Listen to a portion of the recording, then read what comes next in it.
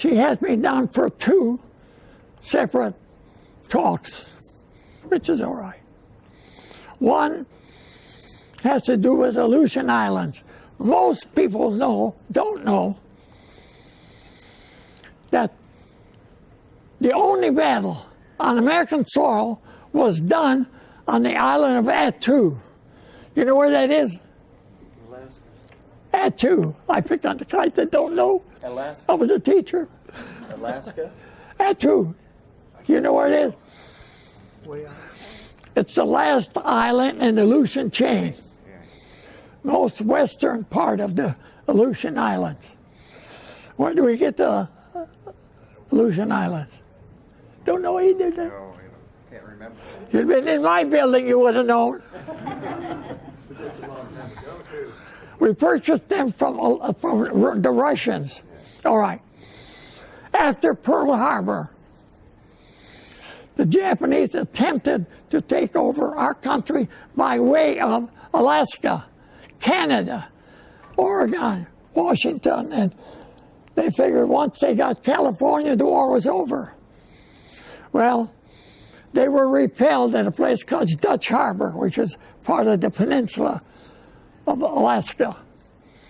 But they were successful in taking over and occupying the island of Attu and Kiska in 1942. And they were there for a whole year before we got there.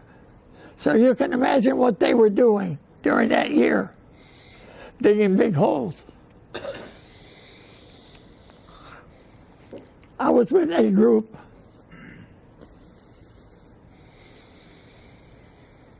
The 7th Division was selected to oust those foreigners on our soil. I was at the time, it's amusing really to me. I got to go back a little further so the story makes sense. Otherwise you wonder what's he talking about.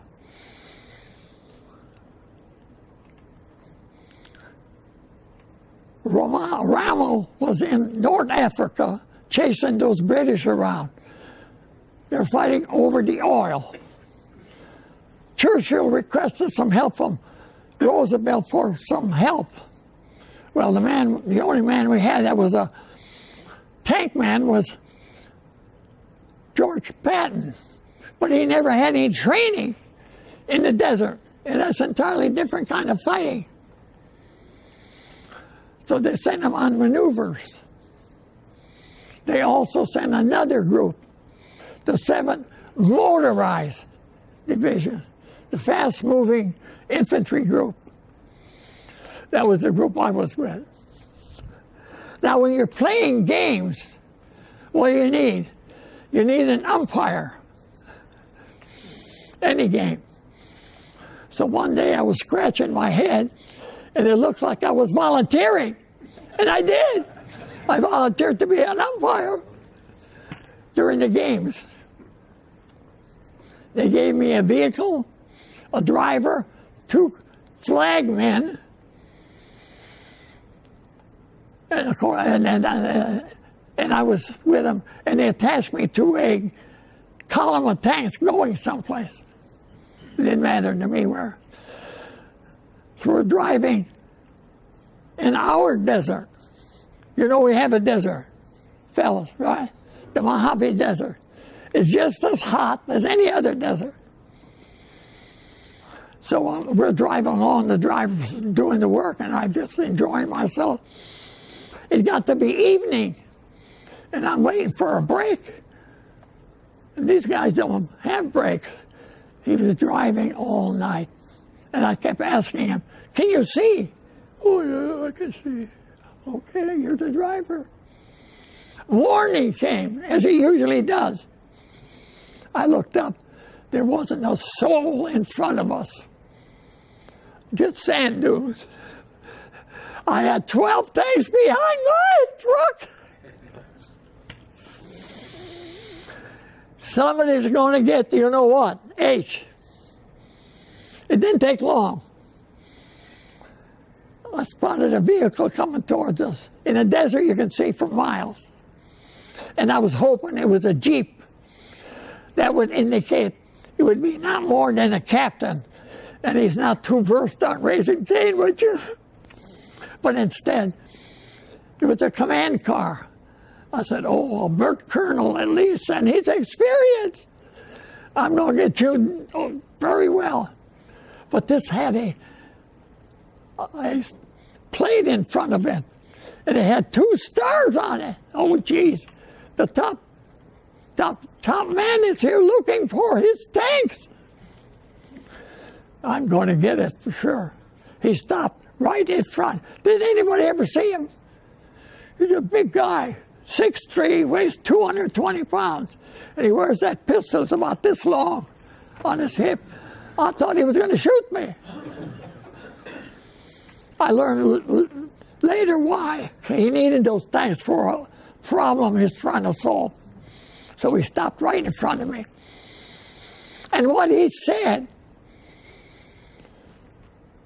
the reporters that interviewed later, you see, they were looking for problems so they can barrel them in the newspapers. So they thought they could find one with me. But what he said, no one believed me. It's out of character for him to talk that way to you. I know you wait for me to tell you what he said. He said, Lieutenant, if you finish using my tanks, I'd like to have them back. He left for North Africa, took all his tanks, and he took all our vehicles and the half-tracks that we were involved in. We were fast-moving infantry. He took them all. He left us 1 Jeep per company, and he ended up in North Africa, and he did very well, as you all know. He chased Rommel back to Germany. So, here I am, working with the infantry again. Foot troops were marching up and down the hills like you infantry people know. They were saving us for some other invasion someplace. Of course, they didn't tell us. But a quick answer, we sweated in the desert. And where do you think they've sent us? Up in Alaska, of course. But we are infantry soldiers. We can go anywhere. So they prepared us to leave, to go to a place we never heard of, just like you didn't hear.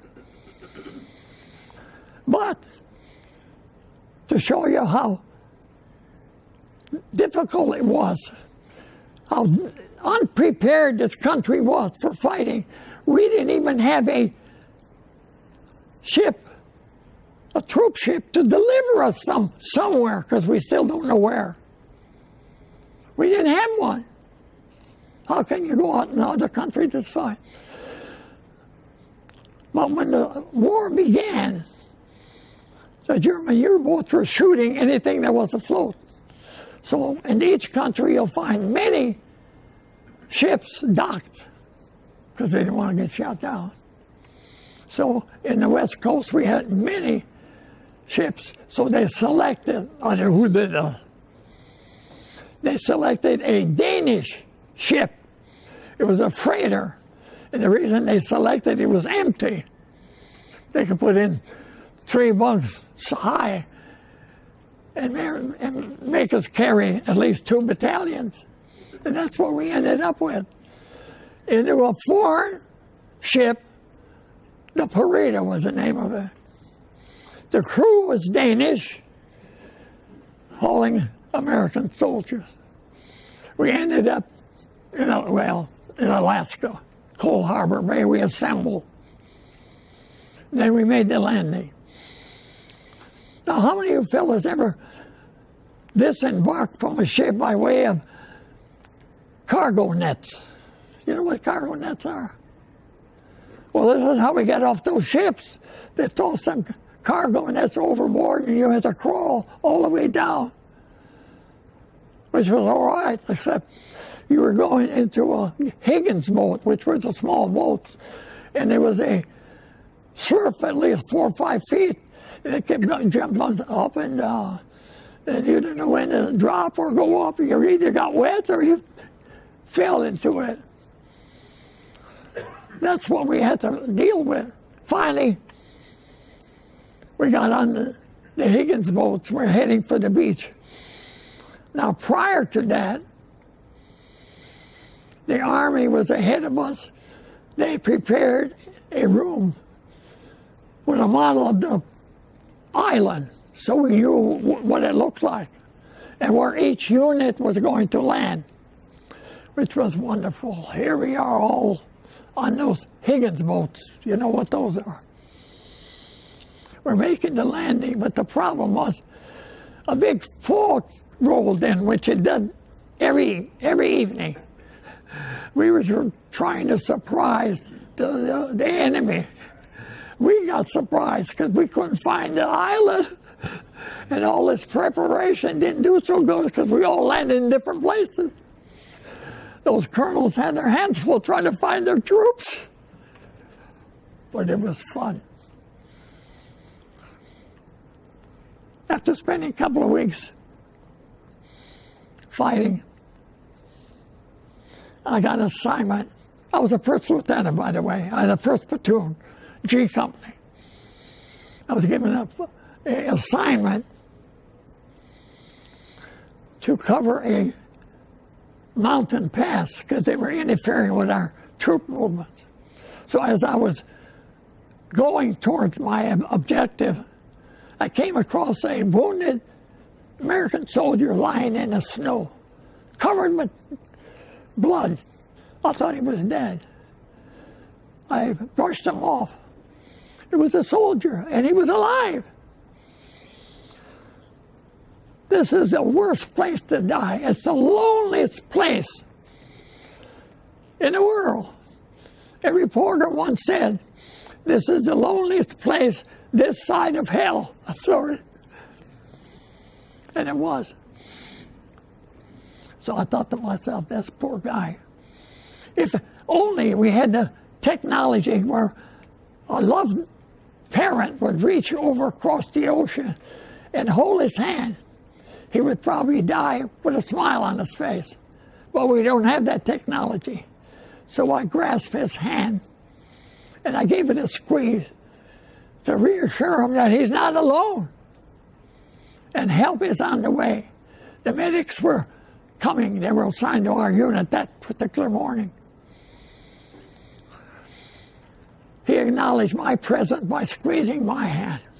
And I looked at this soldier in the snow, blood all over him. He was crying. The tears were rolling all over his cheeks, but they were not tears of pain. They were tears of joy. I'm not alone. I'm here with somebody, which is more important than you think. Loneliness will cover a soldier quickly, and it's worse than his pains. He was so happy to see somebody. He began to smile at me. Can you imagine this soldier lying in the snow, covered with blood, tears in his eyes, and he's smiling, the most beautiful smile in the world. It was a sight to behold. Then he squeezed my hand a second time, and then he died. He died holding my hand. He didn't want to go. His arm got limp, so I lowered down. That beautiful smile was fading because the heart was not pumping. And I thought to myself, if I leave him here, the snow will cover him. And when the government announces, sends a telegram to his loved ones, he'll probably say, your son is missing in action. MIA. And if you get a letter like that or a telegram, you'll never forget it. In Ohio, during World War II, we had 3,200 missing in action people. You can imagine all the love people, the mothers and the sweetheart. 3,200. So I said to him, this soldier's not going to be missing. So I planted his rifle into the snow and into the tundra so it was solid. And I placed his helmet on. And I went on my assignment. Soon my soldiers came down, my men. So I checked with the sergeant. Yes, I found the rifle and we found the soldier. And the MPs, the medics, are taking care of all the details. This soldier is going to go home. Every year, for the past 70 years, or more, or a few more, I see this soldier on Memorial Day. He's still holding my hand. And the tears are still rolling. But they're on my cheeks. Thank you for listening. Any questions? I'll give you another story. You'll have a pleasant one. Any questions? Don't be bashful. Was he Yes, sir. shot by a sniper or how Pardon? was he shot? How was the soldier that died? How was he wounded? Well, I have no idea. Were the snipers? Well, they were there a year before we were, and they were shooting, you know, as the troops came up. So I can imagine they had the better advantage at that time. Yes, sir. The highway that we now know as the Elkin Highway that ties Alaska to the state of Washington, was that built after the Japanese landed on Attu? Highway builders, they remember when that highway was built. I remember it, but I don't recall the timetable. I've seen some films on TV on the Alaskan, and they said that most of you guys didn't have winter clothing when you... Oh, thank you. Oh, I'm glad you said that. Remember we were in the desert. How do you think what clothing we were wearing down in the desert? Very light. And where did they send us? To Alaska. Aboard ship, they gave us another jacket, but we wore the same clothing as we did in the desert. The men, before we left the ship, they were sleeping in bunks, of course. They had blankets. They would cut their blankets and make shawls out of them so they can keep warm. We froze, and more people froze with frozen feet than any other contest. We had the wrong footwear. I took my shoe off once. Well, you know, according to training, I removed it to change socks. And I could see the foot pulsating. I said, boy, I better get this shoe on. I'll never will. And I did. We lost quite a few amputees because we had the wrong gear. Now, who are we going to blame for that?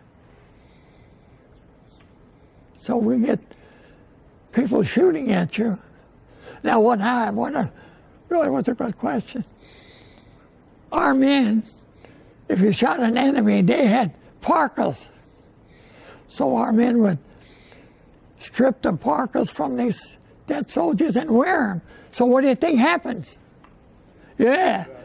Our men or one of the other companies would spot a guy and he would shoot him, thinking it was the enemy. So you couldn't wear the jackets. It was terrible. Very good question. No wonder I'm walking so stiff. Frozen feet. Yes, sir. How long did it take us to get the island back? 2 weeks. 2 weeks? No fussing around. How many was in the? We lost, I'll give you a clue, we lost 550 dead in a 2-week period, 1,200 wounded, and I was one of them. I don't know if I'll tell you that story, you'll love it. I spent a year in the hospital.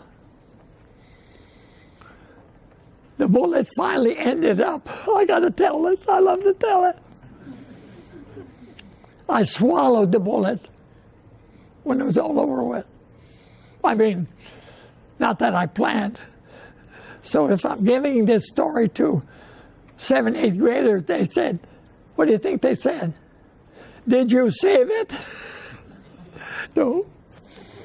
If I'd known my circumstances, I probably would have made plans, but all I have is my medical record that states that. Good question. Come on, we're just getting hot here. I mean, cold. Yes, ma'am. What year was this, the battle? 43, we made the landing in 4. The Japanese were there in 42. They spent a whole year preparing for us to come to get them out of there. And we made the landing May 11 in 43. Yes, ma'am. What's on us up 2 hands? Don't be mad, now we're cooking. Yeah. How well supplied were the Japanese? They were supplied at first by ships, but then when our ships were surrounding, traveling around, they came by submarines and they were well supplied. We stole more food from them than they supplied to us. But we ate it anyway. Anything else? All right, I'll give you the next story. Oh, you love it. This is a smiling story. That's enough sad stories, right? Ladies, who was your favorite dancer? He used to go like that. Come on. Elvis. You're right, Elvis. No way. Never mind, it's Elvis. Now, I'm out of the Army. They discharged me. I was teaching in Germany during the Cold War. And one fine day, I'm looking out of my office, and I see a Jeep driver. And I said, that guy looks familiar to me. Turned out to be Elvis. Boy, the next time he passed, I stopped him. I said, Elvis, how about singing for my group? No problem. Sing my CO. Well, I happen to know the CO is a major. May I use your driver anytime? So we made arrangements. I had the 7th through the 9th year grades, so those girls were the right age. So I got them all lined up in the gym. Here comes Elvis. All that preparation didn't help because they all surrounded that poor guy. So after all the autographing, he began to sing. Sang half a dozen songs. Time to leave. Well, these gals wouldn't let him go. They said, let's play a game. What's that game? That you string a rope and you scooch under it. Girls. Limbo. What is it? Limbo. Limbo! If you don't know what that is, they string a rope and you try to sneak under it without your hands touching.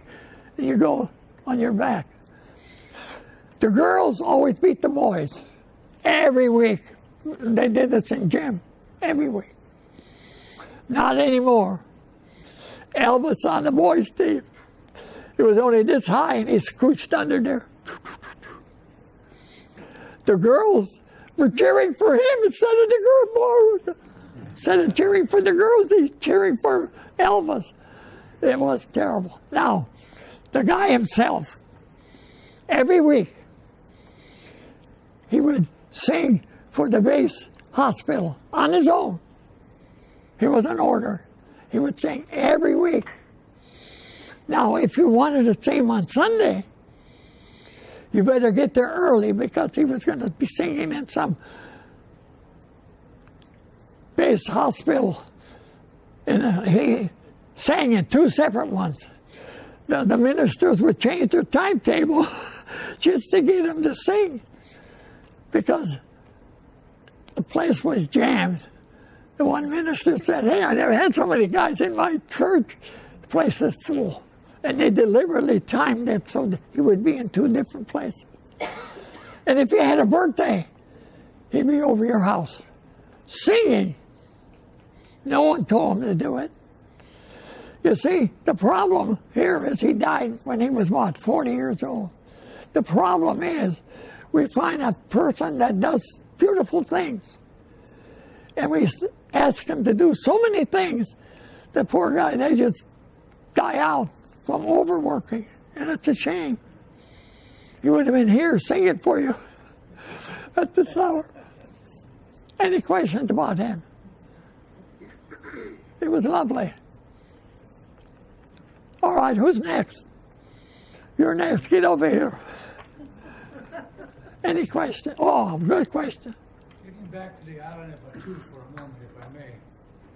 I've read that the Japanese occupy that island. They'd be free to attack Midway. 100%.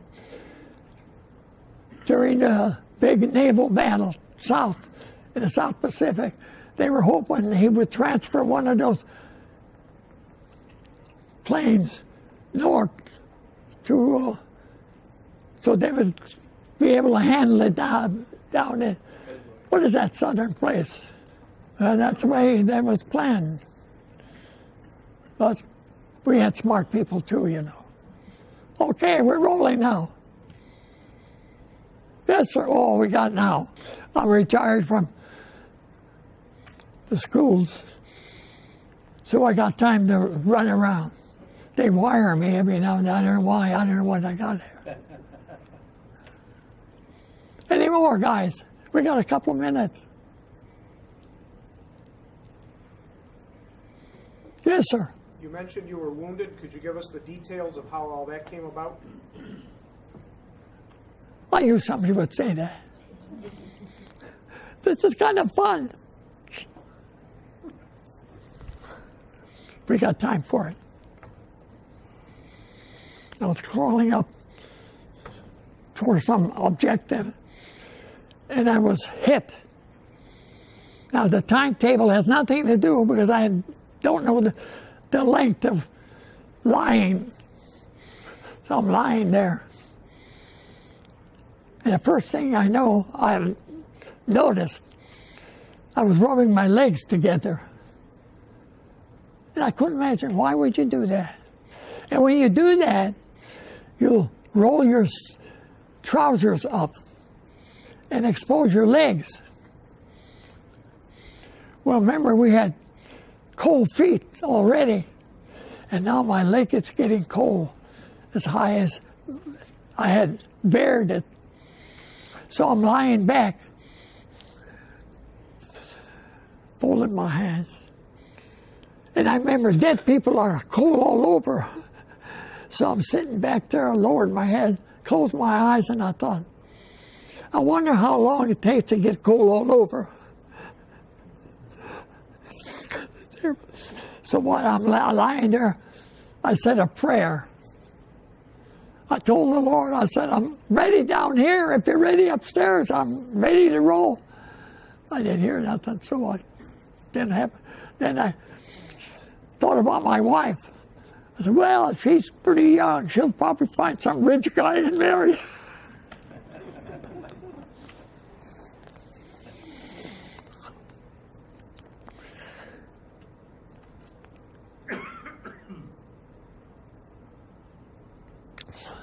I have to, by the way, I have trouble swallowing with that damn liquid.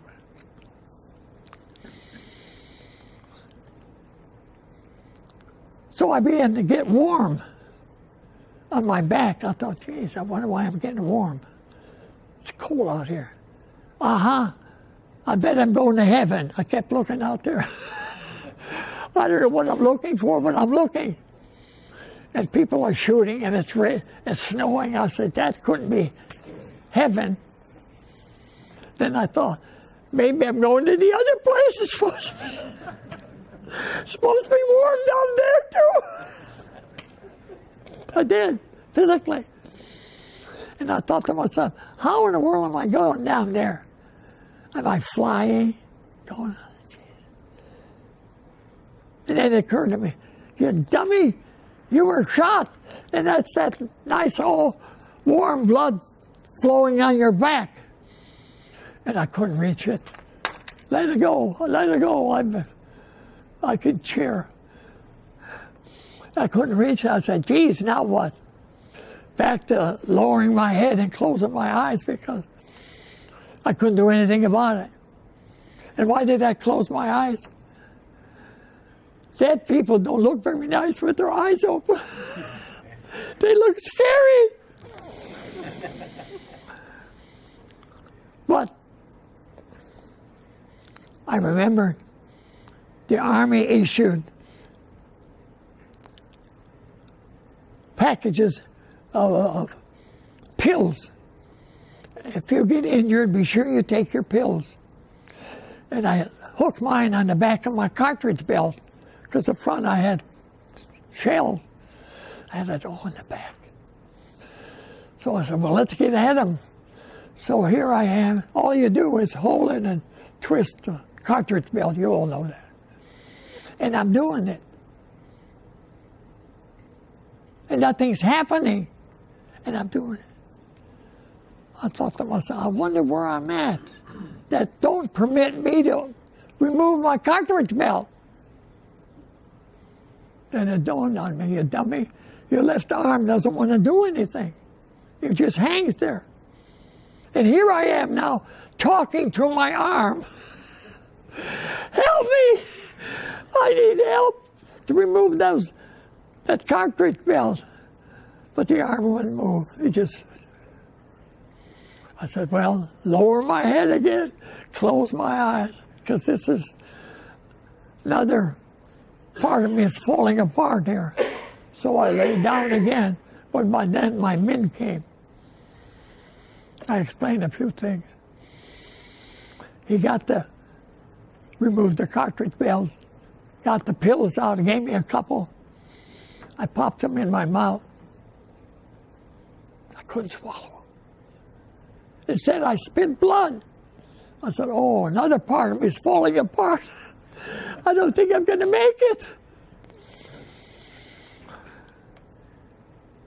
It wasn't, well, I'll continue at this point. The medics came.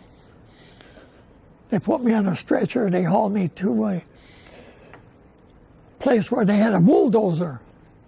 And the bulldozer had a sled on it. It had about 6 patients on it. So they put me on it. They just laid on it so it wasn't tied down. And that bulldozer takes off, heading for the beach where we had a field hospital. Well, this wasn't Highway 101, you know, this was mountain. And sure enough, slid off. 3 of us slid off that sled into the mud. And I thought to myself, here I am, all bloody, I'm hurting all over, and now I'm full of ice cold mud. I thought to myself, you know, if I hang around this much, somebody's going to kill me yet. They put me on the sled again, and they hauled me back to the hospital, field hospital, which was a tent. The doctors are working, the tent's blowing. I'm laying in what they call the triage, you know, where you assemble. So I'm lying there with about a dozen other patients. And I have to go to the bathroom. There's 2 things you don't do when you're fighting. You don't go to the bathroom and you don't eat. Well, the eating part you can see because you're climbing mountains. Nobody's going to feed you up there. So I called the ward aide or whatever we call them. And I said, I need a, what do you call them, a pecan, right? Okay, fellas, I want you to be thinking about this now. I'm on this bed I'm wearing long johns. I'm wearing ODs. And a pair of some kind of a rain trouser. And my left arm doesn't function. And I'm with one hand. I couldn't find it.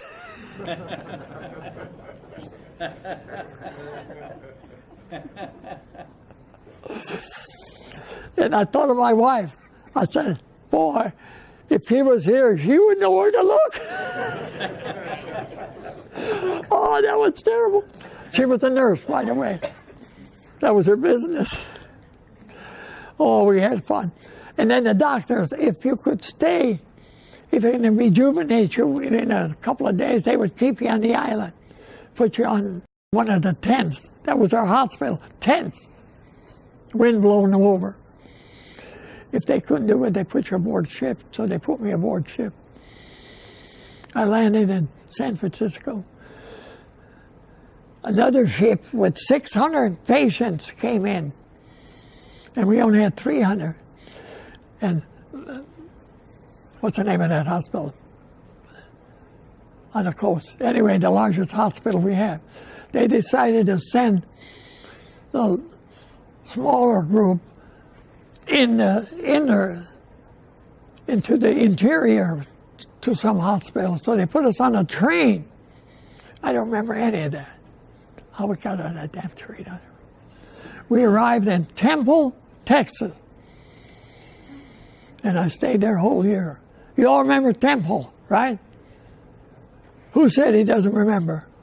You remember what happened last year? Where that cookie doctor killed 12 soldiers?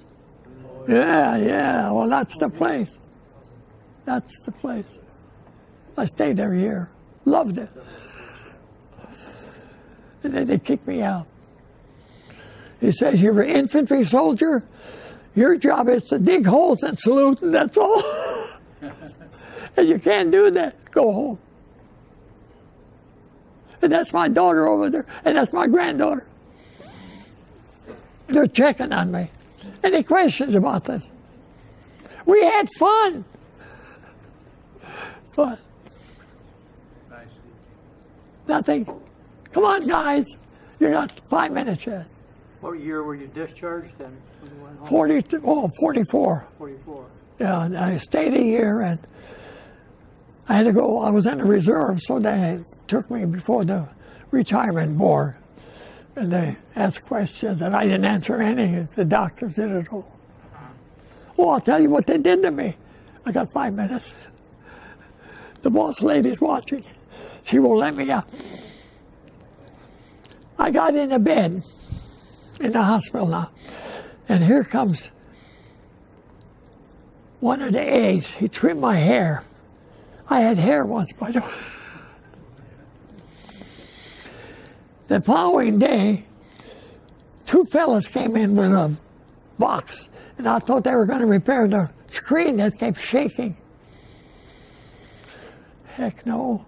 They stopped in front of me, pulled out some instruments, did some marking on my head, gave me a local, and then he pulls out a drill, one of those old-fashioned, what do they call those? No, this way.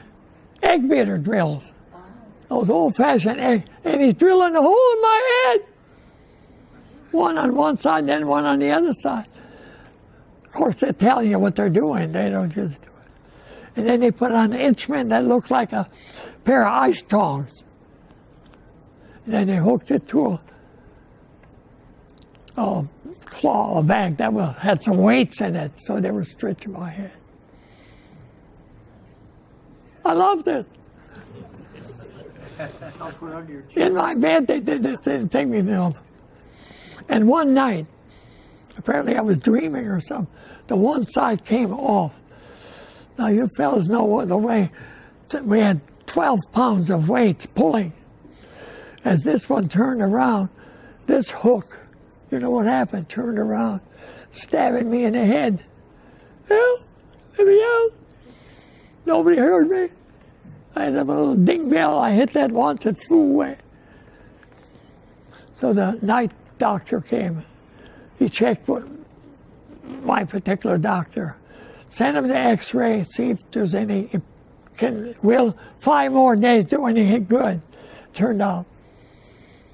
Said never mind. They gave me a brace to keep my chin up for 6 months. Wasn't that exciting? Not then. Any questions? Yes, sir. How did you get your commission? Or was it a battlefield commission? Oh, no, I'll tell you this. How many people here know? That's a good question, really. Initials CMTC. Where were you guys?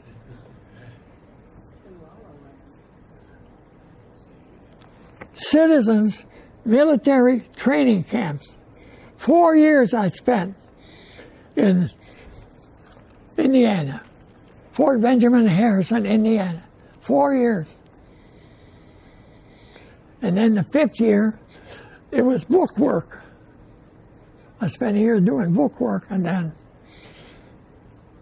they commissioned me, second lieutenant.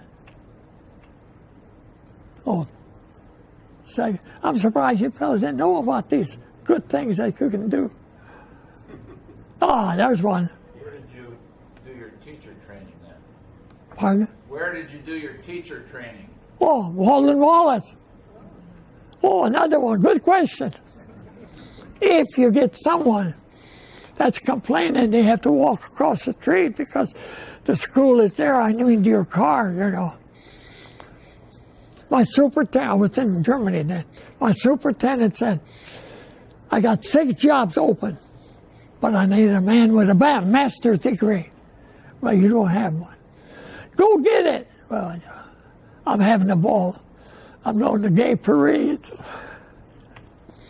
Finally, he talked me into it. This is what I did. I left Frankfurt, came to Cleveland. I went to Kent. 4 summers in a row. I clocked 20,000 air miles to get my certificate. When I got it, I gave it. He said, where do you want to go? Berlin is open. Do it the hard way. You'll appreciate. Good question, though. Yes, sir. Is that enough, ma'am? You're fine. We've got time. Oh, there she is. More questions, more. She won't let me go unless you get another question. How did you get to Germany once you Pardon? got out of the hospital? Once you were out of the hospital, how did you get to Germany?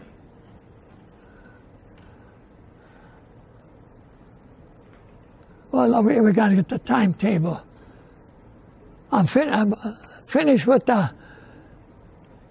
I'm retired from the Army now. Okay. Does that fit in?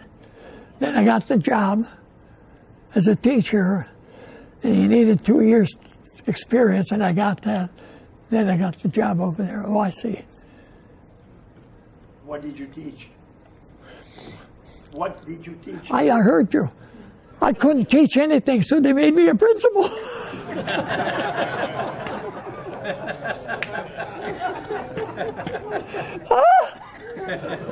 And I did. I was a principal there. And I was in Norton when I came back. I got a job in Norton. Good question. 1 more minute, she said. Boy, she's mean, you know. Maybe she is a superintendent. She will let me out. 1 more minute. Come on, guys. Gals. Okay, one question. Going back to Alaska, were you there in the summer or just the winter? Oh, this is May, month of May. Just May. Well, that's when we made the landing in May. In Alaska, just May. Just in the month of May. Because it's warmer in the summer. Well, I don't remember. I froze my feet, so I wasn't. I don't know how warm you can get, but no, this was in the spring, probably. Yeah. Good. One more question for you. Oh yeah.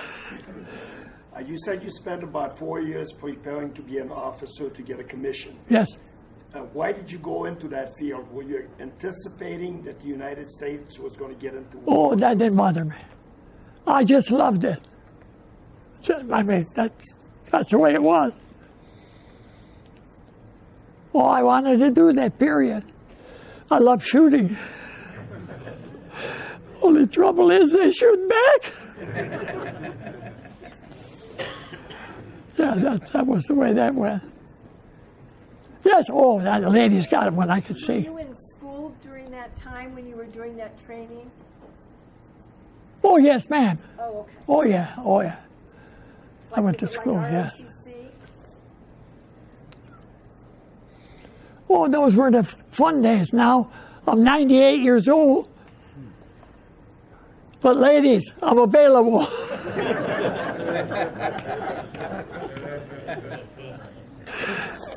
But we're having a good time anyway.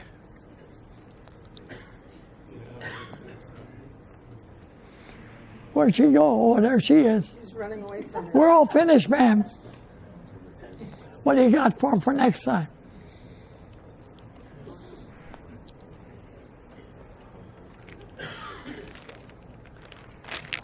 Looks like hooch to me.